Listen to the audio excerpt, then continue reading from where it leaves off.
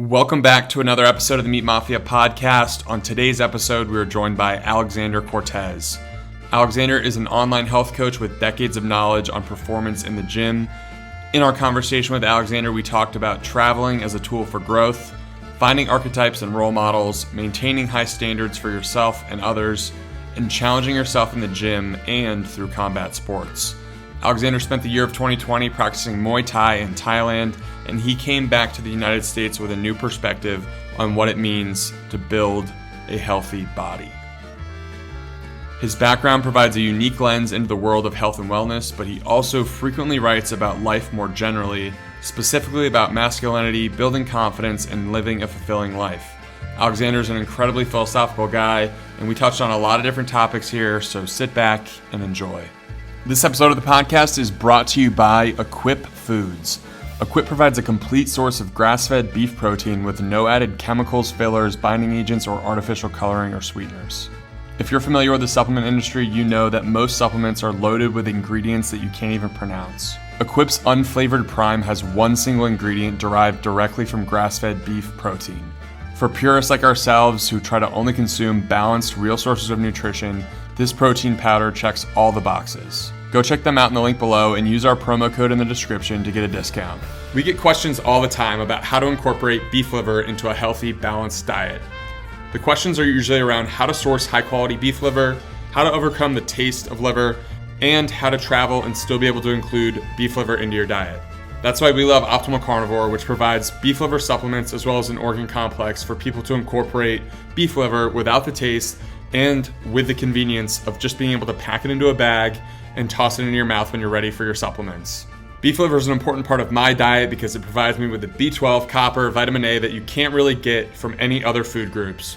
Beef liver is truly nature's vitamin, and being able to incorporate it in such an easy form, such as this supplement, makes it that much better. Go check out Optimal Carnivore and let us know what you think. Alexander, welcome to the Meat Mafia podcast. Pleasure to have you here. We're excited for this conversation. We know you're going to bring a lot to the table, so excited to dive in here. Looking forward to it. My first question is, how do we get a doctorate in bro science like you have? All right, so there's a little bit of a story to this.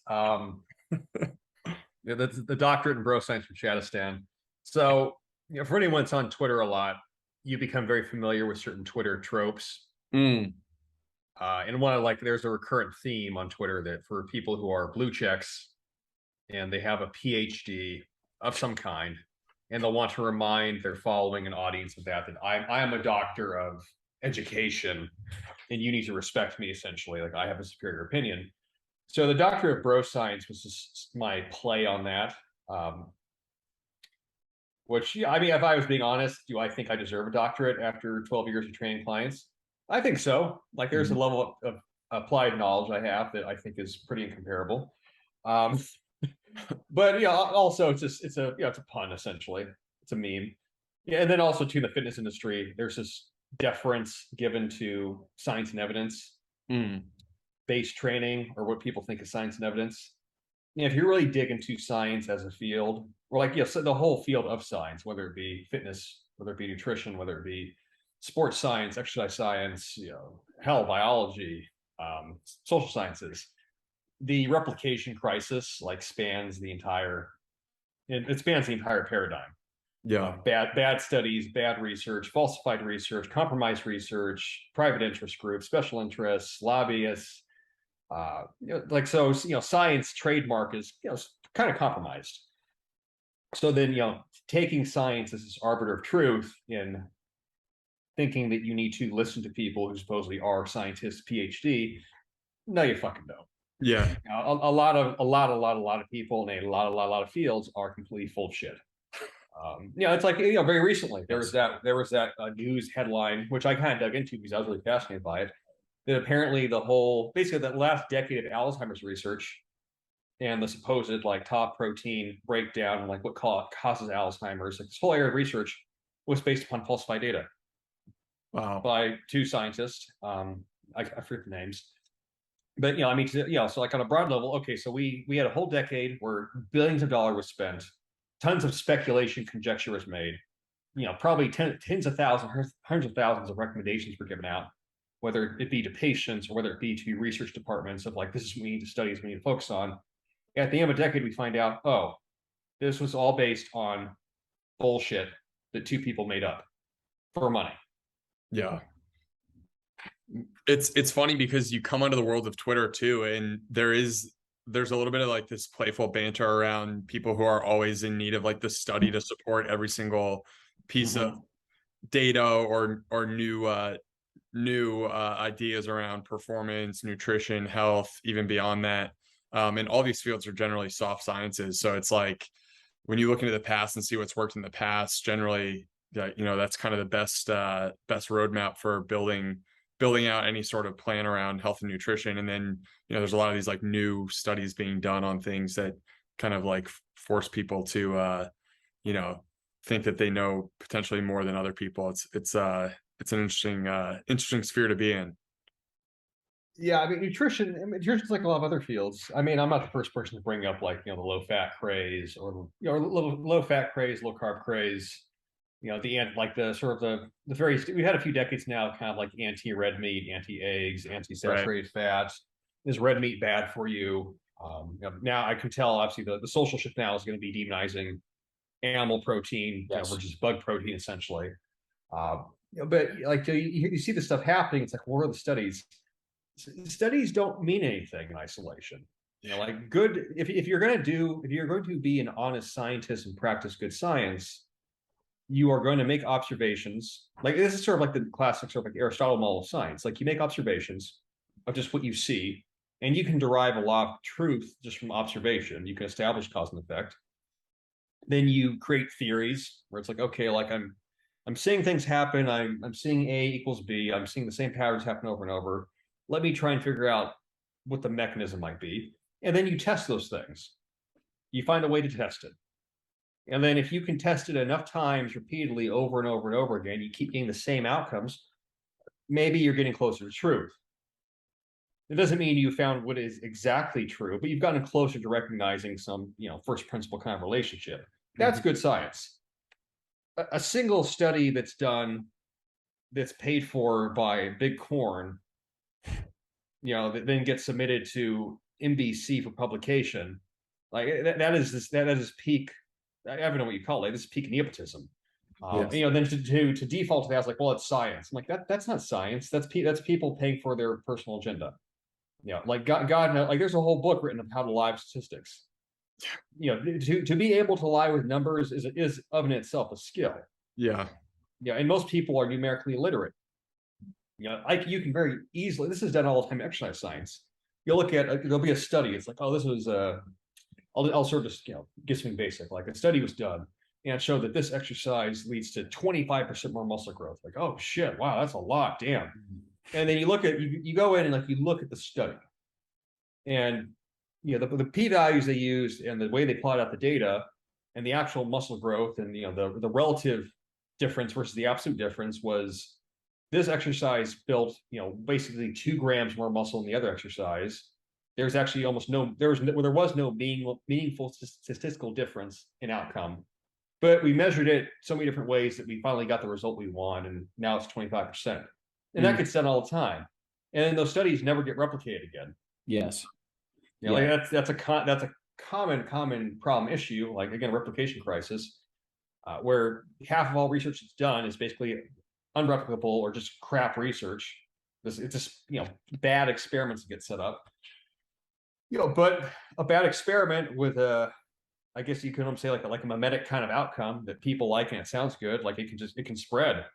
Psychology is notorious for this, of like supposedly these psychological truths, realities of human behavior. Then the data gets dug into. It's like, oh, this never got replicated, never been replicated since. But now we believe this about that. Well, this is how people behave. Yes, and you touched on the animal protein versus bug protein. And Harrison and I touch on this all the time. You particularly see that in the demonization of red meat of these organizations and scientists. They're very strategic. They know exactly how to manipulate the percentages in a way that makes you go, holy shit, this actually isn't good for me to be eating. And that's why I think you make a great point too, of like, regardless of what side you're on, don't just accept the statistic as face value. Like take it another step further and do your own research to figure out what that percentage actually means. Yeah, 100%. And then like this is where you have to like I give a lot more weight to anecdotal historical data than I guess you say or like experimental like study data. If you have if human beings, if nature has been doing this the same recurrent pattern of behavior for essentially millennia, it's meat, for example. That's a very easy one. Like, okay, like how long have people been eating meat? We can reasonably estimate like a couple 100,000 years, like at least. Yeah. Like there's no, there's no stop point of how far back that historical record goes. Okay, so this thing that we ate since, let's just say 500,000 BC, it suddenly became really bad for us like in 1975 AD. That doesn't make sense. Yeah. It doesn't make sense. Like there's a big break in logic there. Like it's it's like when I was in India, for example. I've been to India, like I've lived there for a period of time, like I've traveled there. This is more observational. Like this is scientific. Well, it's observational. You go to a country where a lot of people are vegetarian.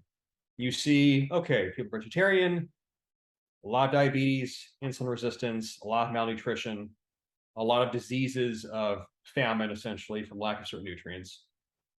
People don't eat meat here. You go to another country, like Hong Kong, I think is the example for this. Hong Kong is like the highest red meat consumption of any country on earth. Its average lifespan is like 86 years. Mm-hmm. India is like 68. Now this is corollary, right? But I can go to one country, they eat a lot of red meat, less obesity. I go to another country, they eat far less meat, very low protein diet, a lot more obesity, a lot of impoverished diseases, lower lifespan. If I weigh those two things together, it's like, what do you think is a superior diet for human health? I'm like, I don't think it's the low protein diet. I think it's the higher protein diet. Right. That's not a, that's I mean, you could call that a biased observation. I'm like, I don't think that's an uninformed observation. If like you have people in this country, they're dead at 68, insulin resistant. This country, they're dead at 86, no insulin resistance. Mm-hmm. Did the diet play a role in their health? Like, obviously it does. Yeah. Like this, again, this is basic observation. Like to argue otherwise, and like you're just kind of being senseless at that point. Yeah. It seems like there's a lot of camps out there too now who are trying to just like convince people of all these like new ideas around nutrition, which is a bit frightening. But one of the things I was interested in talking to you about, I heard a bunch about your COVID story and how you kind of made 2020 one of the best years of your life through travel and things like that. I think that'll be a great starting point, just learning more about you and sort of how you think about the things and how you think about things and how you view the world. We know you're big into health and nutrition, but sounded like you had a pretty cool 2020. 2020 was great. Yeah, so I mean, let me give you some context to this. So I've been a personal trainer since 2010, and I've always been very observational of the world at large. And I saw probably around 2012, 2013, that the fitness industry was exploding due to Instagram, due to the online world, and this digital economy was arising. And today, like we call this having a personal brand, influencer, Wi-Fi money.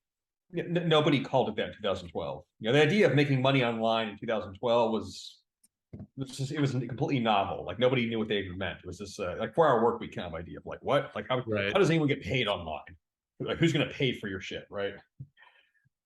But I saw how this online economy was growing, and people, at least in the fitness industry, they were making money from having a following, from having information products.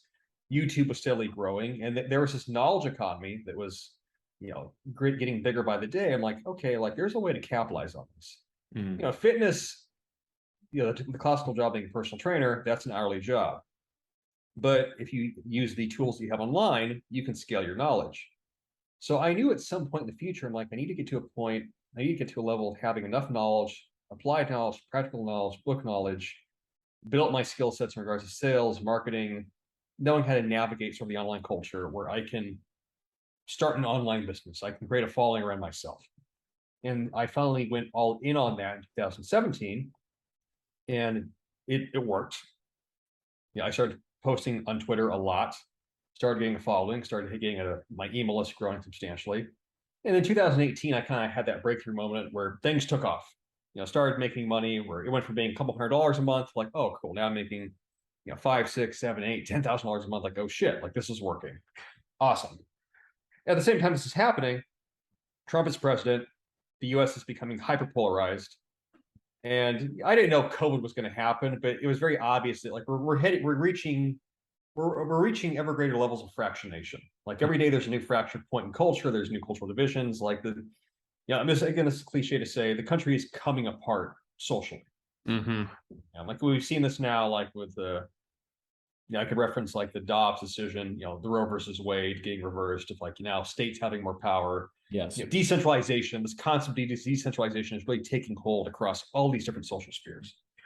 So this is happening. I'm like, I grew up in California. I'm not going to go on my California rant, but like I was fed up with California. I'm like, I don't want to live in California anymore. This is now 2019. Like I want to actually live abroad. So I decided I'm going to travel abroad for a year, maybe longer, and see how it goes. As it happened, this is now late 2019, COVID is in the background in China. And then when COVID finally took effect globally, I was with my girlfriend, now wife, in Egypt. Lockdowns start happening. This was in March. And we're trying to figure out, like, do we go back to the United States? Where do we go? Airports were closing. The situation was changing by the minute. And we were able to get into Thailand. So I ended up being in Thailand basically the entire year 2020 from March until December, which was amazing. It was awesome. So it gave me time to focus my business far more on like the home training, home gym market. I expanded my product line significantly. I launched a membership group. Like business basically doubled in 2020 because everybody was at home, nobody was working, and people will still spend money. Yes. So everybody was spending money on everything online. It was fucking amazing. I'll never have another year like that again. It's a perfect storm of everything that could go right for an online business. And at the same time, I started training Muay Thai, working with a very famous champion in the Golden Age of Muay Thai named Sagat. So I was working with him for 6 months, got into training Muay Thai regularly. That has become my thing. So 2020, it was a great year for personal growth. I got into fantastic shape, learned how to fight. Business took off, made the most amount of money I ever made. It was an awesome year. Yeah. And then it was funny when I finally came back to the United States, since I was at a point, I'm like, okay, I need to change my tax situation, establish tax base in a different state, completely separate myself from California. And so I get back to 2021 and everybody's in a bad mood. Yeah. Basically. The whole US, it's like it was the summer of Black Lives Matter, George Floyd, all the peaceful protests with all the cities being burnt down. We could go on that for a while, yes. but cities being burnt down, crimes exploding, massive increase in murders, larceny, theft, looting, all this stuff, race wars. I'm like, and I get back from Thailand, I'm like, wow, man, everyone's in a really bad fucking mood here. Yeah. So it was interesting. I'm like, clearly we've had different experiences. And then of course on Twitter, you see this constant, daily refrain of like, my mental health is declining, depression skyrocketing, supposedly alcoholism, drug use, kids are being left behind. And I feel bad. Like I feel bad about this, right? And like I'm laughing. I'm like, shit. Like this was clearly a difficult time for most people. Yep. Personally, though, the best fucking time I've ever had. Yes. It was great. It was great, and it allowed me to set my life now where I can do whatever the fuck I want in any given day and have total freedom. So, thank you, China. Thank you, China. Number one. Do you think that after that Thailand experience, do you think it's important for all men to experience like an environmental shift of just getting out of wherever you've been and forcing yourself to go somewhere new and allow the change to be embraced from everything that comes from that? I would say yes. This is what travel can do for you. I'm not going to say it will, but this is what it can do. I think if you travel with the right mindset. We all grow up in a place. And for most people, unless your parents travel a lot and you constantly change environments, you're probably going to grow up in one or two places for most of your life, most of your childhood at least. So your paradigm of reality, what you think about the world, the people that you know, it's shaped by that place. And you don't know that many people. You grow up in a town, even if you grow up in a large city, you only know where you live. You go somewhere else where it's a different social history, different cultural history. this different history period. If it's a different civilization, if you go from east to west or from west to east, two completely different civilizational cultures. They are not really compatible with each other. Yeah, I've said this, comment before, but like, Indian civilization, Southeast Asian civilizations, it's hard to compare them to Western world because they're really not connected with each other up until very recently. They developed, not in isolation, but they developed as geographically separate for many thousands of years. But so you go somewhere else, you go to a different civilization, and what you think about the world gets tested by your new environment. So it gives you a different perspective on human relationships, on truth, on your own personal beliefs, on the connections that you have with your home, if you have any, with your family, with your culture, with your native language versus the new language. Are all cultures equal? That's its own discussion. Maybe they're not. If you travel around enough different places, life is certainly better in some places versus others. Some cultures have certain advantages, some have disadvantages. Okay. So it gives you perspective on the human condition.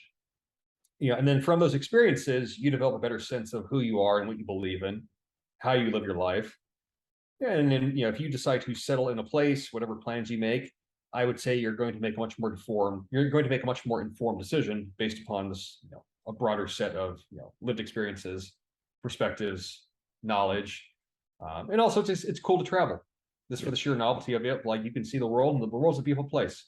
And there's all different kinds of people.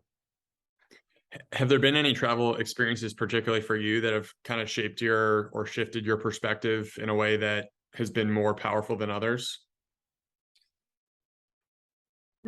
I would say this is like a California specific, the United States.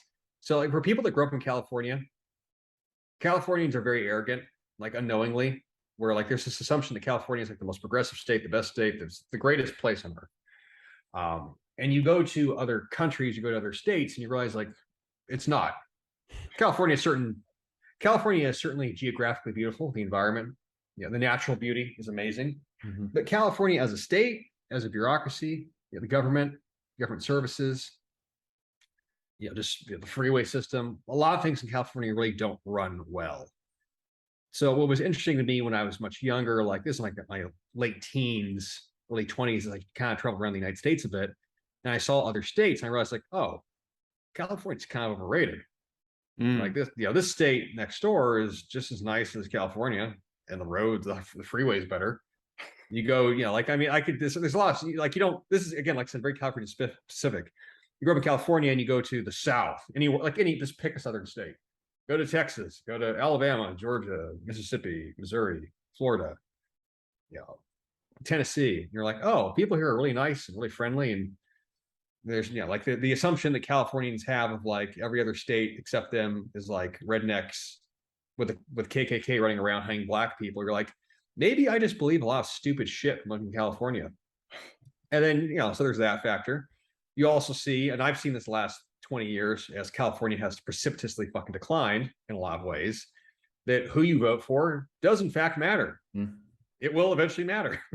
The people that run your fucking government, their decision-making is going to at some point affect you and your quality of life and your mobility. And, you're going to have to make decisions, based off of their decisions. So that was kind of like, there was no one moment that was eye-opening, but growing up in California my whole life and then traveling, it definitely broke my favoritism of like, this is the greatest place on earth. It's not. It's one state of 50. It certainly has cultural capital. It's a big economy, like no question about that. But life is good in a lot of other places. And you also see too, as you travel abroad, you go to different cities internationally, US cities kind of just fucking suck. European cities as a whole, just pick a fucking country. Go to any old city in any European country, whether it be France, England, Germany, Spain, whatever. Way fucking nicer, way easier to walk around. Architecture is beautiful. You're like, wow, this is amazing.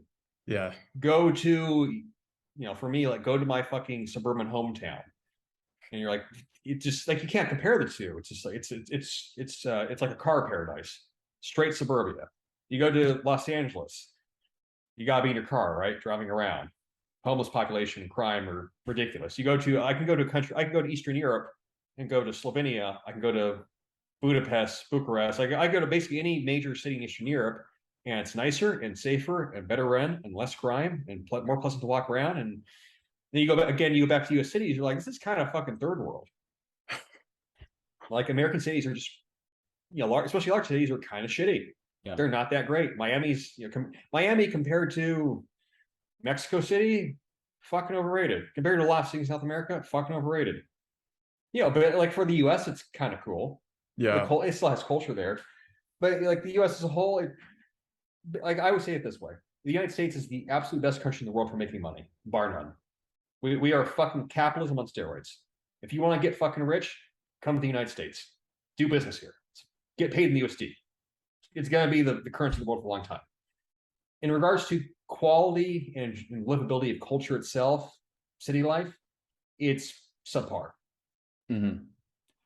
And I think a lot of people came away to that through COVID of just realizing, like, I think I'm the perfect example of being in New York for 3 years. Harrison was up in Boston for a few years. You're in these Northeast cities. And when you're in the moment and you're working this corporate job, you think it's great. You get captivated by the energy, what everyone else is doing. And then you're pulled away from that. And you're like, well, why the fuck am I actually here? Why don't I go somewhere else? And I think that there are a ton of people that have had a similar awakening to what you're talking about and are way happier because of it. Yeah, no, I mean, I have no doubt. Like, the exodus from various blue cities or blue states the last year and a half to red states, or even people moving overseas, like it's been substantial. Yeah. And these people realized as they got, especially with the lockdowns, and if you were, again, depending upon where you live, what state you were in, what city you were in, you might have had a friendly local government, sheriff's department that didn't really enforce anything, was much looser. People were less paranoid. Or you might have been somewhere where the lockdowns were ridiculously long and people were getting arrested on the street. And, for the first time, you have to, again, like question, like, who are my leaders? Who's making these decisions? Because these are human beings that were deciding this. And then do I want to stay living here? No, I'm going to leave. Okay, where am I going to move to? Yeah, the idea of remote work, I think, actually helped a lot of people actually spend time in other places too, because I think the American mentality around travel is typically just to like show up, do the top 10 list, and then get out of there. But you could actually go and spend like a month in a place and actually get to enjoy the culture and see what the people are actually really like, or just settle in a place for a longer period of time remotely. And this is obviously probably not for, this wasn't everyone's experience, but I know several people who did this type of thing, and it actually gives you a lens into how life could be in a different place, which, I think, and I hope that a lot more people get to take advantage of that, because it's valuable to be able to move around and get to experience different cultures and perspectives of the world. Oh, hugely. The remote work shift, that was really interesting, since it's one of those trends that nobody could have predicted 30 years ago. Like the internet is what made that happen. If you had told people that in 1990 you're going to work for, like, if you had told anyone in 1990 that you're going to have the internet and it's going to enable 30-40% of the workforce to literally work from home, and you'll never have to go to an office ever again, like, would have been an insane idea. Like, nobody would believe that. And then now today, like, when you have major companies, FANG corporations, where they've shifted to work from home, like a majority of their employee base works from home. It's like, okay, like, you don't have to go to an office anymore. You're not geographically tied to a particular location, particular city. So, I mean, it's actually democratized work, I think, because now you can work for a company. You could be anywhere in the world. They could be anywhere in the world. Like, what is that going to do for salaries and what people get paid? I don't know, but it's certainly going to change things. Definitely. The fact that I can live in America and I can hire someone in India, in Argentina, in the Dominican Republic, in Georgia, in Eastern Europe, and we can all work, I mean, not in the same time zone, we can all work in the same project and correspond with each other. That like, it almost breaks the mind to think about that. Like, you've never been capable of this before. We have never been capable of this before in human history. We can harness human capital from anywhere at any given time. Wow. Like, like that's insane to think about. Again, up until 2010, if you were going to work, you had to go to that place. You had to physically be in that place. There was no other way to do it. Yeah, the leverage is pretty incredible. One of the things that we were interested in, Ajax, was you'd mentioned some of the societal issues that you returned to and just saw, you were talking about the George Floyd situation, how unhappy a lot of Americans are. And we know that something you do a lot of speaking about is just the role of masculinity and strength and maybe where that's gone in society. So do you see a strong correlation between like a lack of masculinity and some of the issues that have arisen over the last few years? Oh, 100%. Yeah, I mean, if I had to, it's always hard to reduce cultural issues down to a single thing because Yes. it's always, it's multifactorial. But if I had to point to what I think is one thing that sort of underlies, all of America's problems, it's a lack of standards. And lack of standards, I mean, everywhere. Just pick a field and there's a lack of standards, whether that be in education, and it's because of racial affirmative action, reverse affirmative action, discrimination against Asians, discrimination against whites. Like, okay, let's lower the standards to accommodate, basically, let's lower the standards to accommodate more people who would normally would not meet the standards. Whether that's in the military, whether that's in corporations with the hiring process, whether that's in like California, as an example. People can, I call it like the urban Munchausen syndrome, where if you live in a city and that quality of life in that city slowly declines over time, it's very easy to rationalize the decisions that get made on the level of city governance. Like, oh, well, crime's going up, but it's not that bad. Okay, homeless population went up. Well, people have problems. We shouldn't be too judgmental. Things take longer to get fixed. Well, at least they're getting fixed. The cops are slower to respond. Oh, now I'm kind of questioning living here, but I can afford to have my car broken into. Like, it's not gonna kill me. It's not gonna put me on the street. Okay, you just keep rationalizing every small tyranny that happens until you hit a point in time. You're like, how the fuck is this? Why am I living here? Like, what am I paying for to live here? You can see that in education. U.S. education standards slowly just been declining and declining and declining and declining, and there's always a reason given. Whether that reason is based on cultural Marxism or just like this is really a breakdown in logic and truth, like this removal of objectivity. You keep having this continuous lowering of the bar over and over and over again. Now, what does that mean for being a man? Well, it means being a man doesn't really mean anything. The same way now, like being a woman doesn't mean being anything.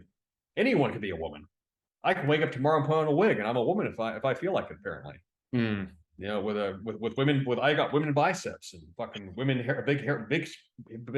I have a big hairy ball sack. That's a woman ball sack. If I feel like it, you have to accept my truth. Or you're the bigot. Yes. And we laugh about this, like that's fucking insanity. Like there's people actually doing that. Like they're browbeating people with that, and they're claiming sort of like a press status. Like, how did we get here? I would say like we accepted a lower standard of truth, of performance, skill, of competency. We've made being good at something not mean anything, and now we have lost our entire objections of reality. When you cannot objectively distinguish between what's true and what's false, when the definition of definition is getting edited, how do you make sense of the world at large? And how if you're a man individually, how do you know how to act? The way that we create ourselves is from our cultural, social role models.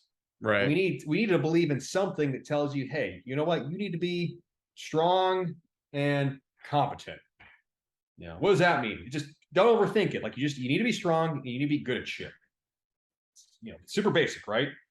If I tell you that strength is oppressive and you being good at something might make people who are bad at something feel bad, what are you supposed to do? And I'm being super reductionist right now, but again, you analyze, like I said, all these different areas of society, and you see this breakdown. It doesn't matter what the realm is, and then you wonder, like, why are people going crazy? Like, how could you not go crazy? There's no the dilution of objective truth is something that I think you hit on that is so spot on. I was reading one of your articles about archetypes, and I think that from a personal empowerment standpoint, having an archetype or two, a handful of archetypes that you in your mind create, whether it's through historical perspective, knowing someone in the past and how they were, and then trying to build yourself into those types of characters is a good way about, kind of reversing some of these narratives that have been pushed on us. Is that something that you think about and something that you talk to your clients about, just in terms of empowering, figures that have done certain things in the past? Yes, I mean, what you need to be, what every man needs to do. I mean, this is sort of this is the burden of being a man. The burden of male performance is like it is on you to save yourself. So if you're a young man today, you need to find those role models, those archetypical role models that you can imitate. Not to copy them and be them, but be similar enough to them. Be akin in characteristic to them that you can be, actually be a man and be functional in society and be competent, and you can design and have control of your own life. If you don't do that, then you're at the mercy of whatever social forces and whatever's trendy, and it's probably going to eat you alive. Yeah. Are there any archetypes that you particularly resonate with, or historical figures that you kind of model your life after? Yeah, there's probably only one. So I mean, like this, and this is very generic. This is anything special. Yeah, a lot of young men can tell you this. So when I was growing up, so I grew up in the 1990s. And this is before cartoons went woke and gay. So the boy cartoons back then were all superhero cartoons. It was Batman, Superman, Spider-Man, Justice League, Conan the Barbarian. I remember very distinctly. Yeah, and what is a heroic archetype? A hero is hyper capable. That's what makes someone heroic. You have an elite level of capability that no matter what situation, no matter what kind of challenging situation you encounter, you are able to handle it because of a combination of courage and skill and just in general force of personality, force of will. That's being heroic. And I always identified with that. I want to be the kind of person where I could handle anything that life threw at me. I want to be that kind of man. What do heroes lack? Heroes typically don't show weakness, because if you show weakness, you lose, right? Like it's very basic. Like you have to be strong to be a hero, fundamental. Heroes are typically not dependent upon other people. I've seen this change now the last 20 years or so, where like if you watch modern films, cartoons, there's a lot more emphasis put on like cooperation and having having a sort of a supportive network of friends like to help you accomplish something, versus like 30 years ago was much more like the lone wolf kind of hero. Like it's you, maybe your partner or two, your team, and like that's it. Right. It's not everybody else. And this is why this is why the last crop of Star Wars movies were so fucking god awful for many reasons. But like a hero, it's a fundamental understanding that it's you against the world. You're going to live your life alone. You're going to die alone, and it's up to you to make the difference. You can't rely upon anyone but yourself, and that always resonated with me. I still think of like my life that way to this day. Like I'm the master and commander of my reality, of my universe. I'm the one that determines its direction. No one else. Like I'm not. You're never going to see me, complain about I'm stressed. I have anxiety. The fuck is that? I can't remember a single fucking Saturday morning cartoon that any fucking superhero ever said he felt anxious about shit. Not a fucking thing. That's not a male emotion. Like I don't believe in it. Anxiety is for women. Same for stress. Like, my dad, I don't remember a time in my life ever. My dad's had a pretty eventful life where he ever came home and was like, I'm really stressed and worried. Like my mental health is suffering right now. The fuck? I couldn't. He's never said those words. It would never occur to him to even express that in the first place. He doesn't think about his life, the world that way. Yeah. Now, so many decades later, it's like everyone's a fucking godless, sensitive, emasculated, like new male, up in their feelings. It's fucking disgusting. So all of that said, like, what do I model my archetypes on? Just be heroic. Yeah. Do you think the annihilation of ego, like there's this whole like school of thought around like reducing the ego? Do you think that's something that people are like playing too much into, where ego shouldn't be really viewed as this bad thing? Like there is a certain amount of self-identity and building oneself up that actually helps people become their own hero. Yes. So this is the issue with ego as it gets conceptualized in modern 21st century discourse. If you go look at how Freud's kind of the originator of the idea of ego in the first place. Well, you could kind of trace ego back to like the ancient Greeks, but let's go with Freud. Freud wrote in German, and how he described personality he didn't, it was not the word ego. Ego was translation. He described he described human psychology, the human mind, as sort of being in three parts. You have like the present I, which is like who you are in the present moment of life, just in your life. You have the I that is below, which is sort of your underlying, like more base motivations. And you have the I above, which is sort of like a higher self, so to speak, of like you have what you aspire to, you have what you actually do on a daily basis, and then you have like your darker impulses. So you have this three-part structure. That got translated into ego, where ego is now sort of this construct of like, okay, there's you and there's your ego. Yeah, and if you have this is why I always found sense like this completely lacking sense. If you have a big ego, that's bad. If you have a small ego, I guess that's good. So we're ascribing like sort of we're giving ego this quantity of size, so to speak, and then saying like it's bad because being egoic, it means you're arrogant, like you think highly of yourself. You know, like I mean, this is why psychology is not a science. You know, so we're using like sort of these contradicting descriptors to describe something that is completely theoretical in the first place. And then if you go look at Freud's original definition, ego is not anything that you can obliterate because it's just your present conscious mind, which is the point I'm getting at. So when he was describing ego as being sort of the I that is in the present, he's just describing just how you operate on a moment-to-moment basis. There's nothing to obliterate. You know, so this idea that you're going to kill ego, it's like you can kill self-limiting beliefs. You can have beliefs about yourself that are limiting, maybe because you believe you're arrogant, you believe falsely that you're more competent than you are, or maybe you are self-centered and you have, you know, the syndrome of being like the main character of the universe, and you don't realize how the universe thinks a shit about you. You know, that is a real thing. But can you kill your ego? Where like, okay, now I'm gone. I don't know. Like, could you somehow do that? Whether you have a conscious mind? No, because you still have to shit and sleep and eat and function and wake up and be alive. The only way that your ego would be dead is if you were literally dead. You know, the ego killing, when people describe this experience, oh, I had my ego killed. And like, I really asked them again, like, okay, like you took a bunch of ayahuasca, you did a bunch of fucking drugs. How'd your ego die? And it's always the same shit. They have a bad trip and they realize during this trip, when they're communing with dark spirits or the childhood or trauma, or they're in some extra dimensional universe, whatever the fuck it is, you know, that's this whole different subject we go into. So they're having a trip and they realize, you know what? I've had a lot of moments in my life where I've been a piece of shit, and I have a lot of things that I've thought about myself that really kept me from being happy. And I'm admitting now, as I'm tripping balls, that I actually am really unhappy with this and this and this and this, and it's because of what I believe. And I'd like to change that. And also, like, my mind's literally fucking melting down right now from the DMT. And they come out of the trip and it's like, oh fuck, like I actually, to use a metaphor, they for the first time in their life looked in a mirror, saw who they really are objectively, and they didn't like it at all. And now they're going to make what are hopefully positive changes in how they act, think, behave. And that's good. That's great. Is their ego dead though? No, your ego is still functioning. You're still alive.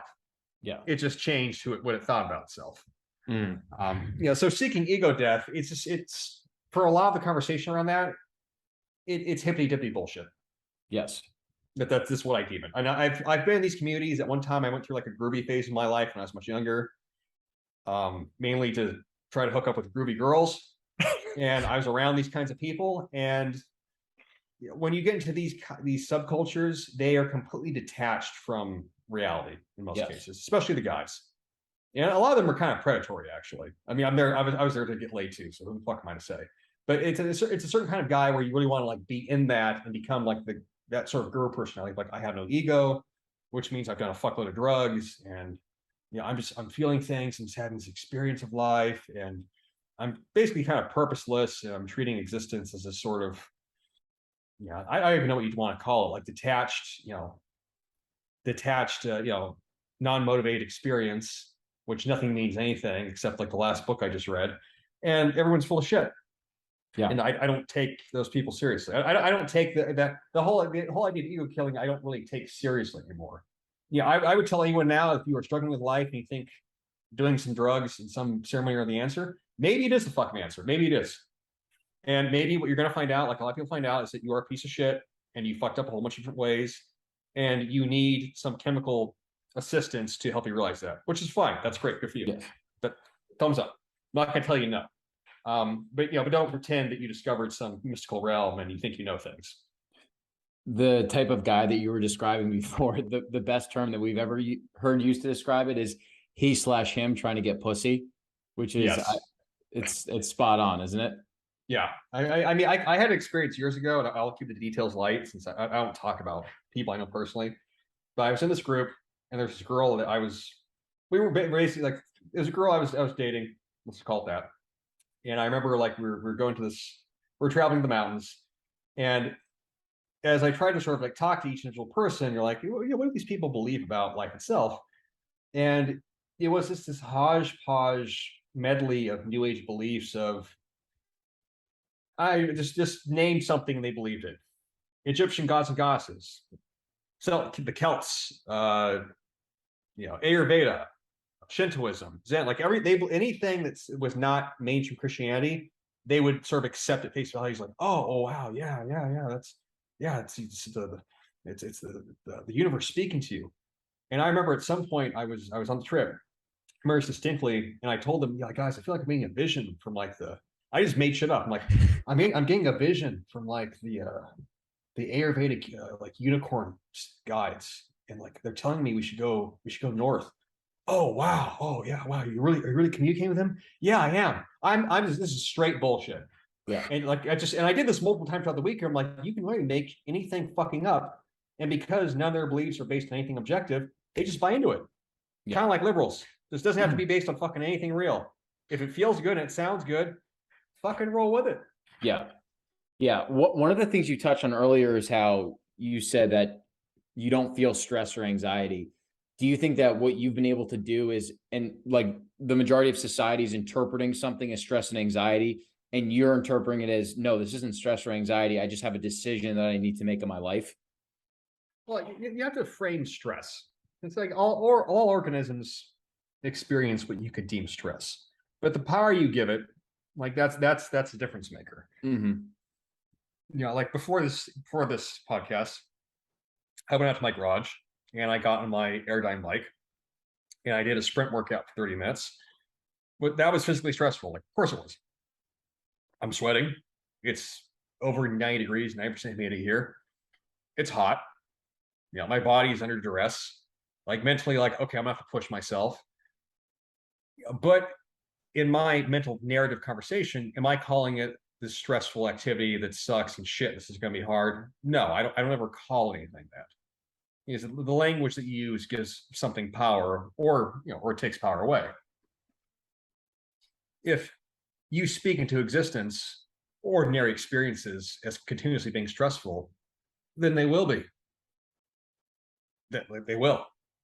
Words are magic that way.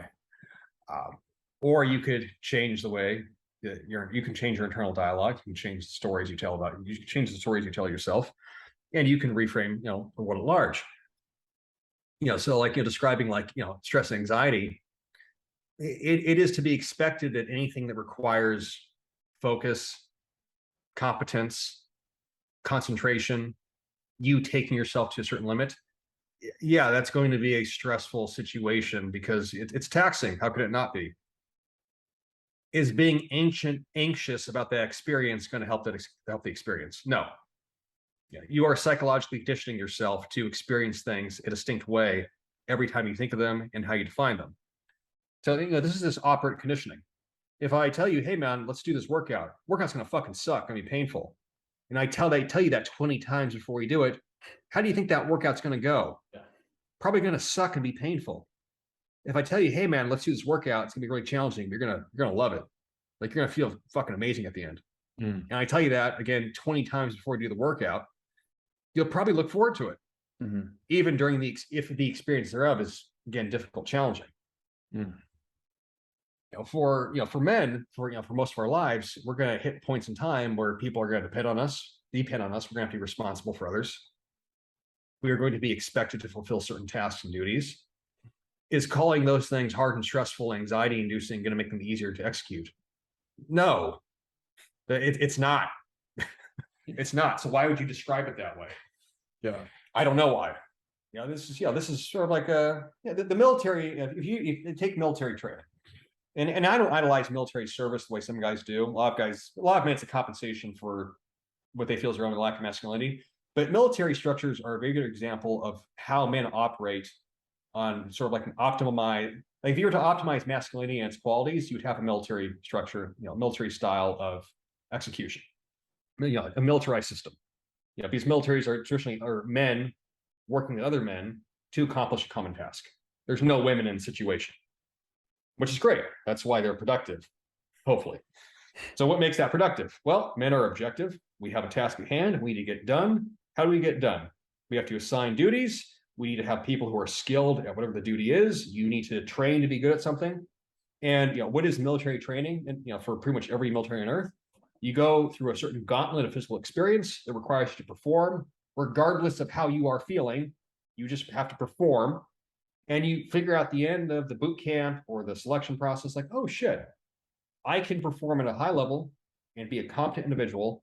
And my emotional state doesn't actually have much interference with my performance. In fact, depending upon how I frame my experience, my emotional state can make me more prepared, more competent, more capable of taking on challenge. And the negative feelings I might have of stress, worry, fear, anxiety, they are mostly irrelevant. It's you psyching yourself out. Mm-hmm. Performance, regardless of how you feel, you mentioned that's massive because we've completely forgotten what that actually means as a society. Yes. 100%. Well, and now we try to modify performance based on feeling, which you end up with a shitty level of performance, if you can even call it that.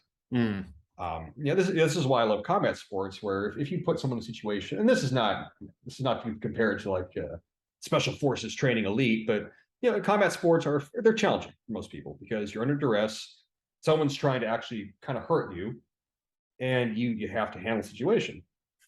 So if you're in a situation like, all right, we're going to spar today, and we're going to spar for 8 rounds. So 8 rounds, 3 minutes, 1 minute break. So we're going to be going like over a half hour, or maybe an hour. We're going to do 10 rounds, 12 rounds. That's 45 minutes. So we're going to be trying to beat each other for 45 minutes. The only way you're going to get through that is 1, with a level of basic conditioning. 2, you have to be calm. This is why I recommend combat sports for men, is basically mental physical therapy. Like, it teaches you to be calm and get your shit under control. 100%. Because if you're not, you're going to gas out, or you're going to scare yourself, or you're going to hurt someone else inadvertently. Or you're going to have a fucking panic attack if it's really that bad, and you're going to realize, shit, like, I am fucking incompetent. And this is why men love combat sports so much, because whether it's jiu-jitsu or boxing or Muay Thai or kickboxing, whatever it is, it puts you under pressure, and pressure is what makes men. Pressure is what makes character. It's what creates character. And you have to act. You have to account for these stressors that are being put on you all at the same time, and you realize that you're capable of great things. Yeah, the competency. I mean, my experience in combat sports is through jiu-jitsu, and I feel like the difference between a blue belt and a white belt, obviously there's a certain level of competency, but it really is that ability to actually calm your mind in situations where you are on the defensive for a certain period of time.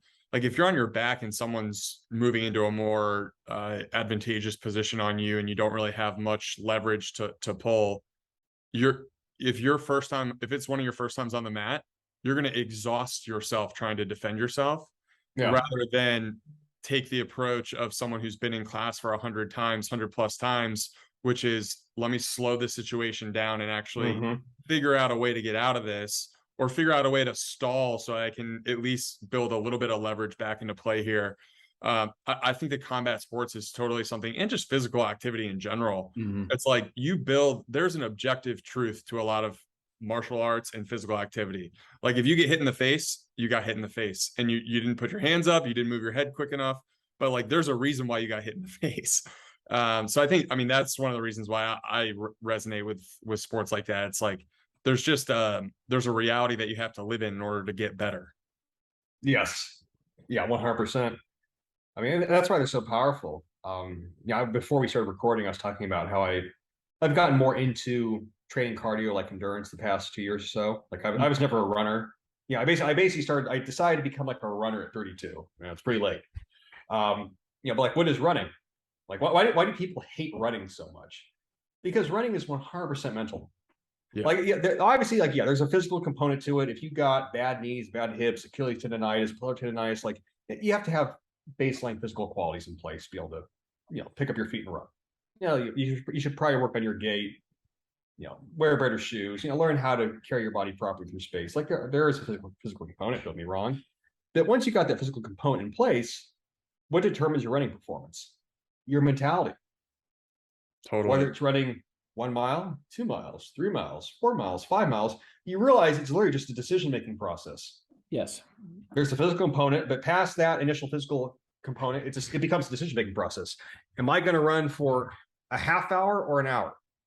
What's the limiting factor? Is it, my body's going to break down at 45 minutes and just shut up? No, your body is going to keep going if you decide to. So you have to choose.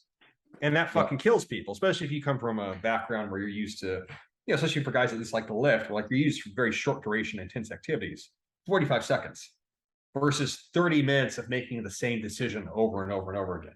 Yeah. It's a challenge. It's mentally fatiguing. That's why most people fucking hate doing it. Yes.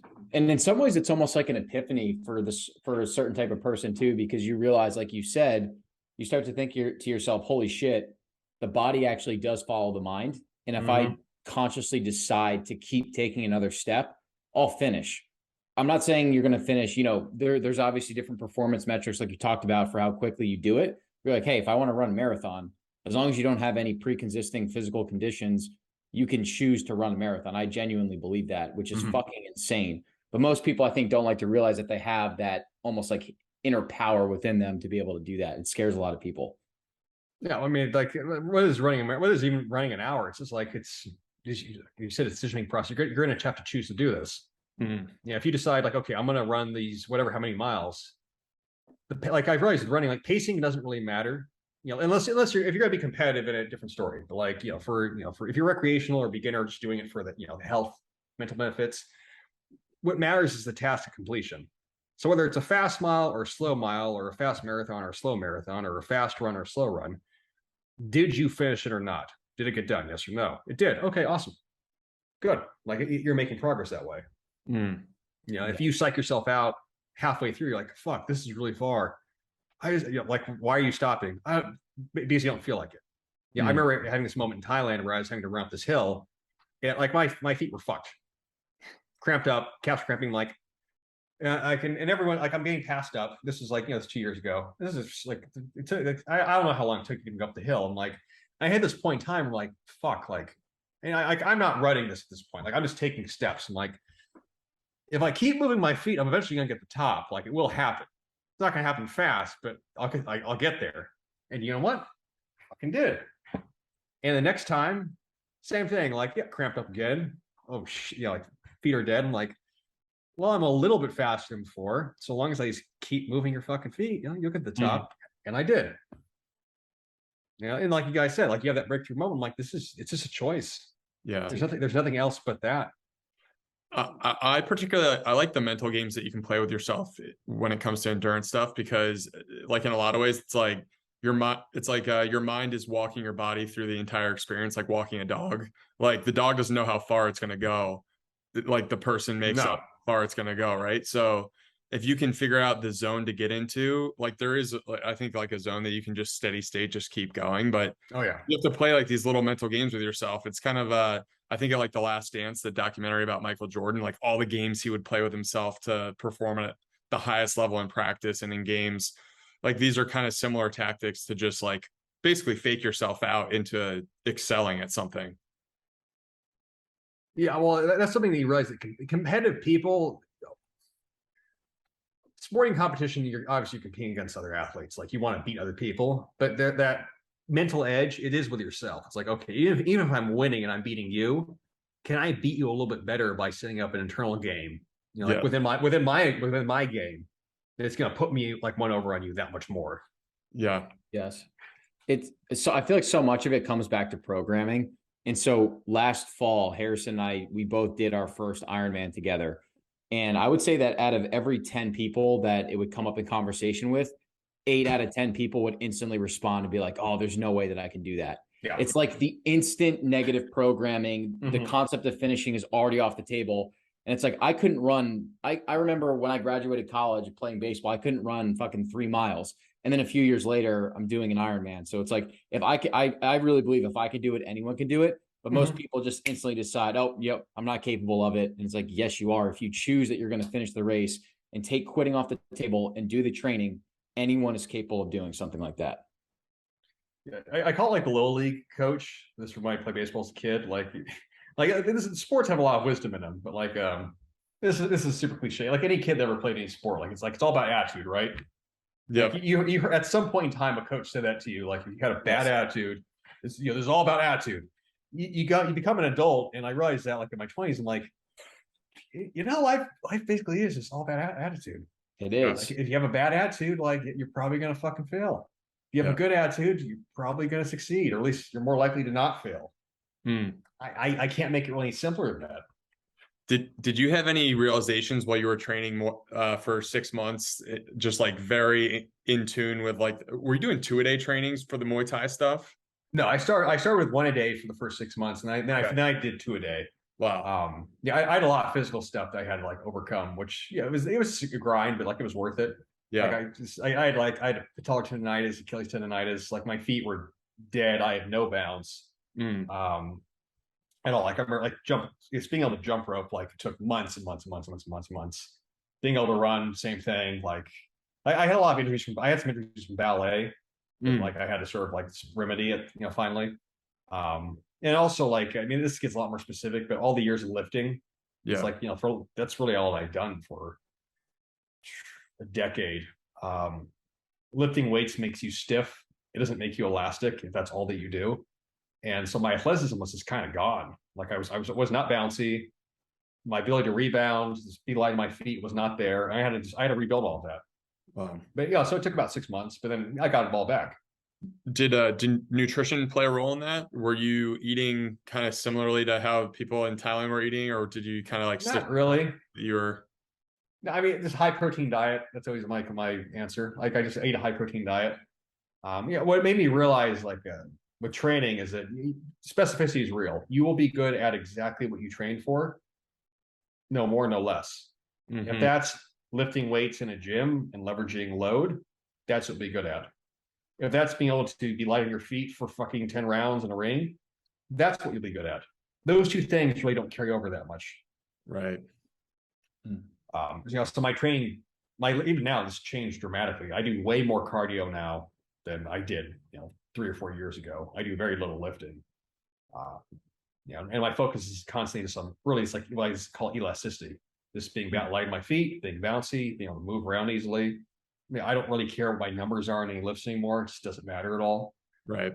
Then also, improving fight IQ, kicking, there's a punching kicking mechanics, like, there's certain basic elements you have to have in place. But yeah, like that all started like in Thailand then. Yeah, but those first 6 months, I remember the first workout it's like 45 minutes. I was just fucking dying. They're like, we're outside, like, the gym had a covering. There's no air conditioning. I'm in the ring for the first time. I think he's, like the coach, he's holding pads. Like it just, like for everyone that has never trained combat sports, or has never trained boxing, or has never trained kicks, it is fucking exhausting boxing. Like it's a certain level of conditioning that's quite unique. If you actually box a round, like nonstop moving, you're throwing punches, and you've never done it before, like my heart rate was probably like 190. I remember this being lightheaded.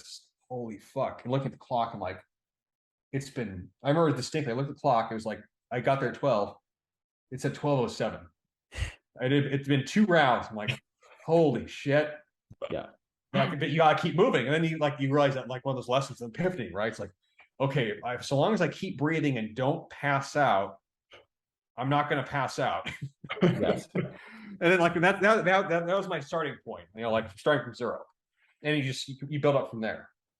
And then, of course you get to the end of it. Then it's like, after so many months, after a year, it's like, all right, let's go 2 hours today. Like, cool, man. Like, yeah, 2 hours. Fuck it. I love it. Feels good. Or you'll have those breakthrough moments where like you're just like you're not getting tired. You're getting fatigued, like you can't get truly tired like you once were. It would take just a stupid amount of training where you can go 2 hours and you can keep going. Yeah. Yeah. And like at that point, like then it feels good. It's powerful. Yeah. Like you get that the mental state of like, yeah, fuck with me. Yeah, like I'm a fucking man. And then it gives you a quiet kind of confidence, like, okay, there's certain level of capability I have that most other human beings do not. Yeah. That's a good feeling. Do you think that there was also a level of confidence that came from just flat out being willing to put on a beginner's hat and just try something new in a field that you've never done before? Yeah, I would say so. Like it makes you realize like why are for combat sports in particular, like why are most people not good at them? It's because they quit because it's hard. It is. It's a if you're going to take it personally, it's a very discouraging process. You realize that you're weak, and this could be boxing dudes. Again, it doesn't really matter what it is. You realize one, you're fucking weak. You have no conditioning. You have no endurance. You're really easy to hit. Anyone can fucking tap you out. You're fucking cramping up. You're a total fucking spaz. You look like shit. You move like shit. Your videos look like shit. You are shit, and you're gonna be shit for a while. So show up again tomorrow. Yeah. For the next year. And maybe if you do this for 5 years, again, this has nothing to do with talent. You realize, like in combat sports, if you do any combat sport for 5 years, you're probably like kind of world class at it. Because everybody else fucking quit in like month 2 because it was fucking hard and discouraging because you get beat up a lot. So you don't have to be talented; you just keep doing it. And after a certain amount of time, you're like, I'm kind of good at this. Not the best, but I'm kind of like I'm competent at it. Why? You just kept doing it past 6 months, a year, 2 years. That's a secret right there. I mean, I've met lots of guys where like they're not necessarily athletically gifted, but they've been doing it for whatever 7 years. Like they started around 20, they're in their late 20s, and like pretty fucking good. Why? They just kept showing up. They didn't care how badly they performed on any given day. They kept showing up. And once you get to those breakthrough moments where you get a little bit better, you have some confidence, then it becomes very rewarding and you want to keep improving. Because why would you quit at that point? If you've done something for 2 years and you're reasonably good at it, you're okay good at it, why are you going to stop completely? What for? What was all the time worth? Right. Like, why would I stop doing cardio now? Like, oh, well, like I had a newborn son, right? And like, so I haven't been able to train the past 2 weeks or 3 weeks. Yeah, 3 weeks. I'm like, well, man, it's just like, am I going to quit now? I'm like, no. But like, what the fuck did I do all this shit for the last 2 years? Plus that becomes addictive too. Because when you actually do combat sports, like you fucking love it. Like being able to actually fight with other people, even in a controlled setting, it's fucking fun. There's nothing else like it. Everything else is fucking boring now. Boring fucking lifting weights is? Stupidly fucking boring. I go to the gym now. Like I'm that guy at the gym where like I go there, I rest 5 minutes between sets. I will 100% look at my phone because this is just not thrilling anymore. There's something about this that's fucking cool. It's like I'm going to do the same exercises I did 15 years ago. Progressive overload. Like I know the process. I'm like, this is fine. It's good. It's good for me. Is it exciting? No. Is anyone trying to fucking punch me in the face? No. Is anyone trying to fucking take out my legs? No. Am I having to check kicks? No. I'm sitting on this fucking machine in an air conditioned environment. This is fucking easy. Yeah.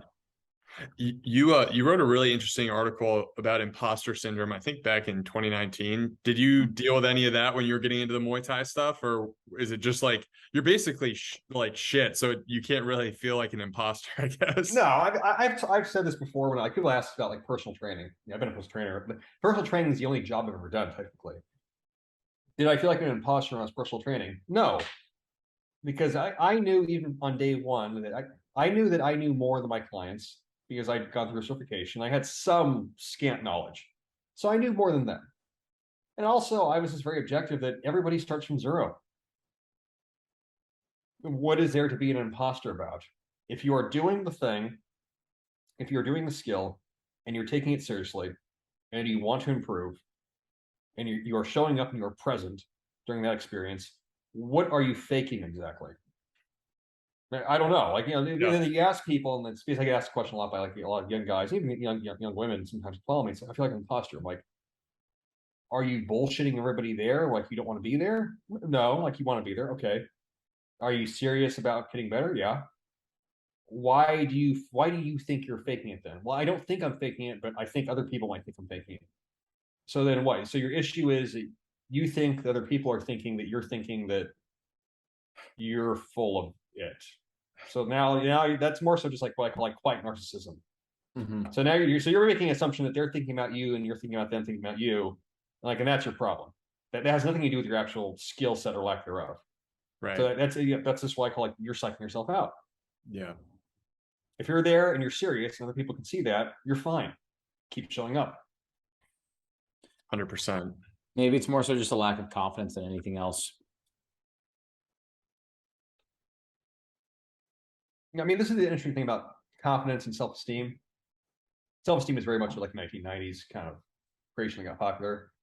But this idea that we have to feel good at all times while doing, I don't know, anything, a new experience, taking on a new task, new challenge, new skill, we're going to learn something.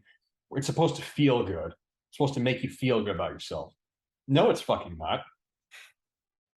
Yeah, if most of the time, if you are serious about improving at a certain domain of endeavor, it's going to make you feel bad because you're bad at it and it will take time to get good. So expecting it to, pump up your self-esteem, whatever the fuck that means. And, I don't know, like your passion, I guess, like, oh, I'm going to feel really passionate about it. Hey, most people are not passionate about anything like for a start, but if you have a talent for it, or you get good at it for long enough that it becomes rewarding, now you're passionate. Okay, cool. Yeah, in the beginning, as a novice, that just comes down to whether you're serious or you're not. And you can say that, and you can see that in fucking little league sports. You have a group of kids playing fucking pony league baseball.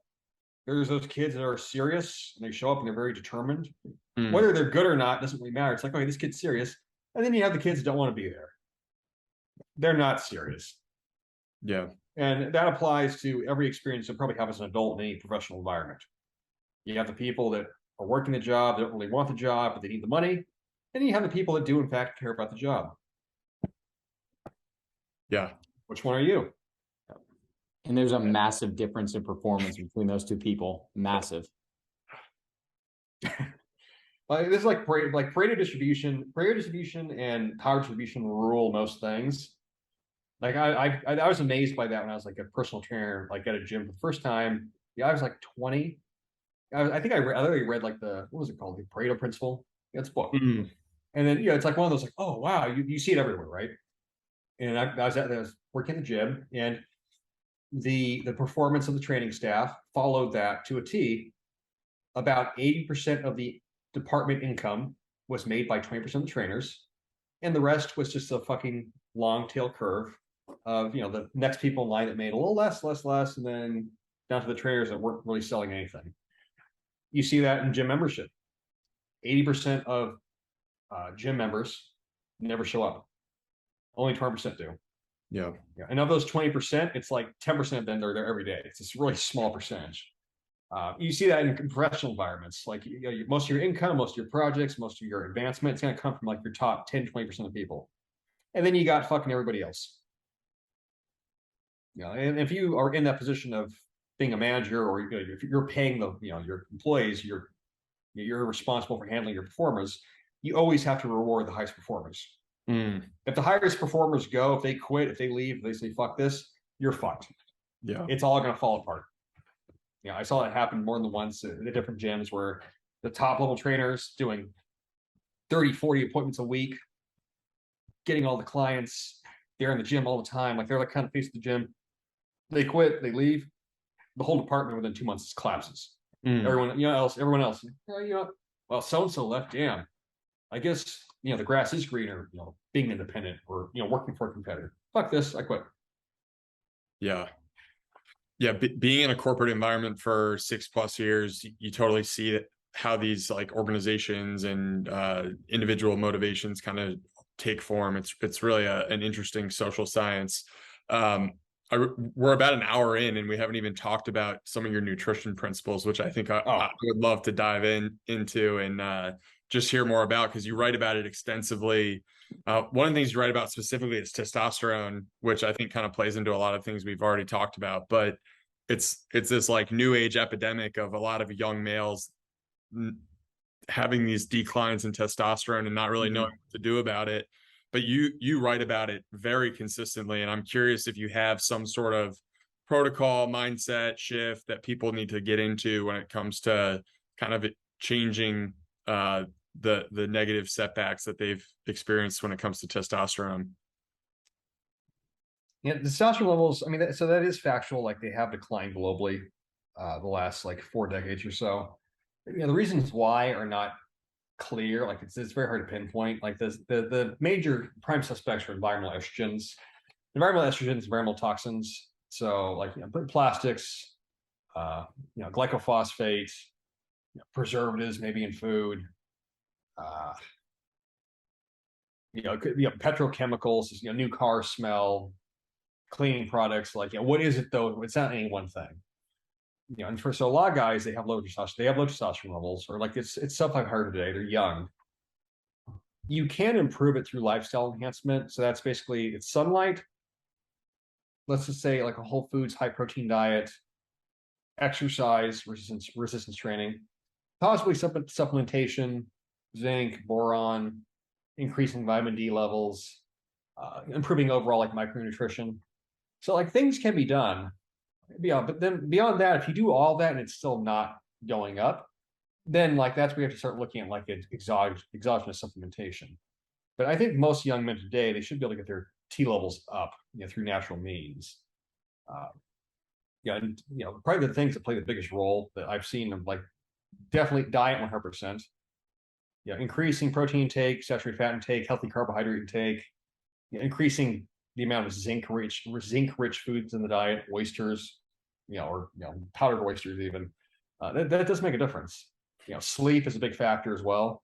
If you get subpar sleep, if you're one of those guys where you're staying up all night, waking up super late, that can reduce your testosterone levels down by 10, 15, 20, 25%. It could be quite substantial. It could be more if you're only sleeping 5 hours or less. It could be cutting it in half, literally. Wow. So all that plays a role. But the modern environment is also just obesogenic in general. If you're very mindless about how you live, you're going to end up basically just fat and overweight. That's how it's going to go. You're going to end up being probably 28 with insulin resistance, 20% body fat, skinny fat. You're going to look like shit and feel like shit. And why? How that happened? Well, look at what you ate. Look how you lived. Is there an ideal test range that you think men should be shooting for, like someone in their 20s and 30s? I would say if you are under the age of 30, it should be, the general rule of thumb, it should be your total testosterone should be 700 and above. It could be 650, it could be 590. If it's below 500 total and you are younger than 30, you need to look at your lifestyle hard and make some necessary changes. It shouldn't be that low. That would have been hypogonadal 30 years ago. Can certain things like alcohol is one that probably reduces testosterone pretty substantially. Caffeine intake or like something that might drain your adrenals, would that be another thing that you would look at? So adrenal burnout is not a medically recognized condition, but what high caffeine intake does tend to do is it does increase cortisol levels. Like it does. That's part of why caffeine works. Like it increases your stress hormone a little bit and it makes you more alert. Cortisol is not a bad hormone. It can be bad when it's in excess. So if you're hyper caffeinated, where you're one of those guys where it's like, you wake up, it's like, the pot of coffee, and it's 5 p.m. and you're still drinking coffee 10 hours later, which this is super common in general corporate tech world. Just the constant caffeine all day. It's like, if you're consuming 1,000 milligrams of caffeine a day, on top of staring at your laptop, on top of being on your phone, on top of sleeping shitty, your cortisol levels probably going to be elevated. And it would not surprise me if your testosterone levels are low, because there's no way in God's earth that's not affecting your fucking sleep. I've seen this with family members even, where I was chewing an uncle of mine out recently, where it was like 10 o'clock at night. He was like drinking coffee. He's like, what the fuck are you drinking coffee at 10 for? Well, I got fucking work to do on the laptop. I'm like, it's fucking 10 p.m. and you're drinking coffee right now, like a fucking Java mug. Like, you gotta do what you gotta do. I'm like, how many of those have you had today? 7, 8, 9. He doesn't even know. I'm like, I think he's also caught in the cycle, like a lot of people are, that work in regular jobs, where it's like I'm tired, so I'm drinking coffee, which kind of makes me more. I'm tired. I drink coffee. It makes me stay up longer, which makes me more tired, which makes me needs more coffee, and that process repeats itself every fucking day. And then you add in like a shitty diet on top of that. It's like, all right, I think I know why your testosterone levels are kind of in the shit. It's not because there's anything wrong with you physically, but your lifestyle inputs are fucking you up. 100%. I love it. I love it. Well, look, man, this has been an awesome conversation. For the people that are interested in connecting with you a little bit more, Ajax, what's the best way for them to go about doing things? Is that Twitter? I know you have a newsletter too. Yeah. So Twitter handle, obviously, I tweet every day. So AJ_Cortes. All my long form content is on the newsletter. So a lot of the subjects that I talked about the past hour and a half, and what was hopefully decent level of detail, substantiation, like I've talked about them in the newsletter at some point or another. And then obviously Instagram, the same handles, Twitter. Instagram's where I post all the fitness content. Yeah. So it's like all the training tutorials, that's all there. But those are 3 places to find me. And I'm pretty accessible, obviously, in the DMs on any of the platforms. Totally. And there are also some awesome talks that you've given on just like masculinity, strength, some of the archetypes that you talked about on YouTube that we both listened to and have gotten a lot of value out of. But awesome. So we'll link to those in the show notes, man. But just really appreciate you coming on. It's awesome to meet you. Thanks for having me, man. It's a great conversation. And like we said, in August, if we're not in wheelchairs, we should link up and hit a steak or something like that in Houston. I know you're a busy man, but it'd be great to meet you in person. Yeah, no, let me know. Definitely. Awesome. That'd be super cool. Love it. All right, brother. Well, we appreciate it, man. We'll talk to you soon. Good talk, guys. Adios. Thanks, man.